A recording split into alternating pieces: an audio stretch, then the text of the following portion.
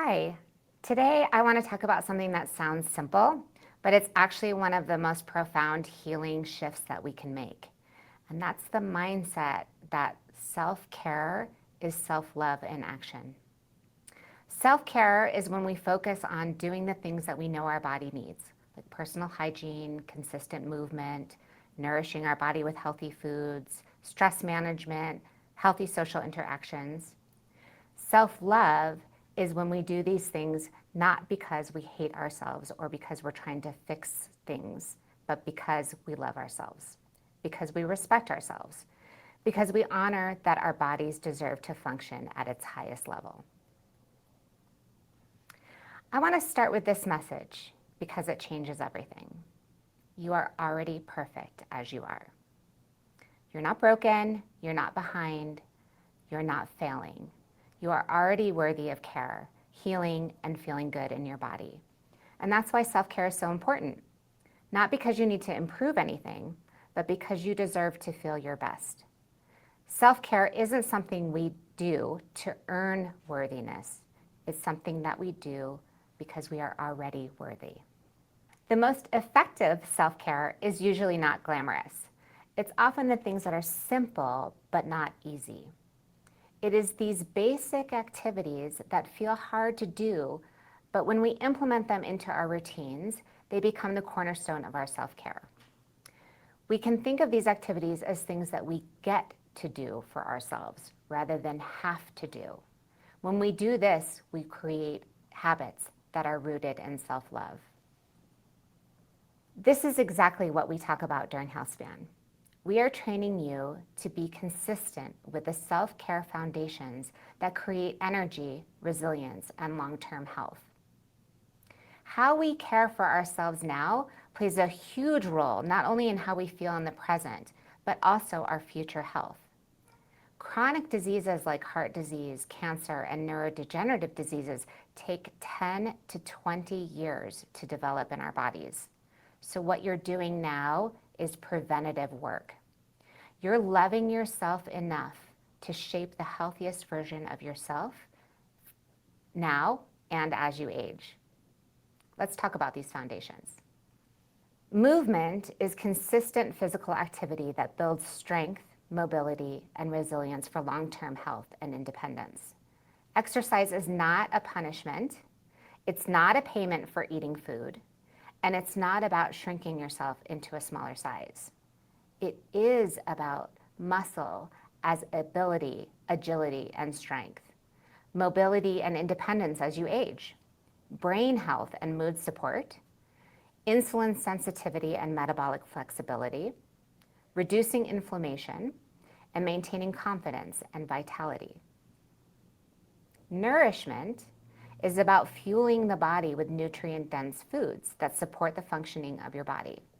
Healthy eating is not about restriction. It's about giving your body the raw materials it needs to function optimally.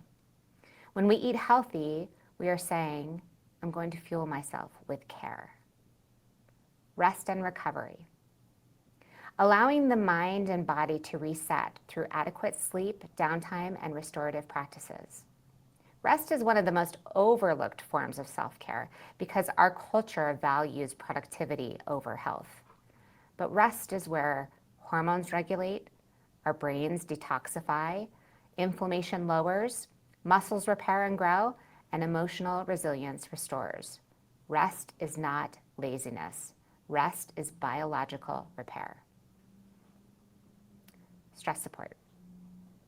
Implementing strategies to regulate the nervous system, reduce inflammation, and maintain emotional and social well-being. Stress is not only mental. Stress is also physical, and it has an impact on every system in the body. So managing stress through breath work, exposure to sunlight, having boundaries, getting out in nature, and having connection is not extra. It's essential. If your motivation for health is self-criticism, it will eventually burn you out. If your motivation is self-love, it becomes sustainable. So instead of, I need to eat better because I don't like how I look, we practice, I'm choosing healthy nourishment because my body deserves to feel well.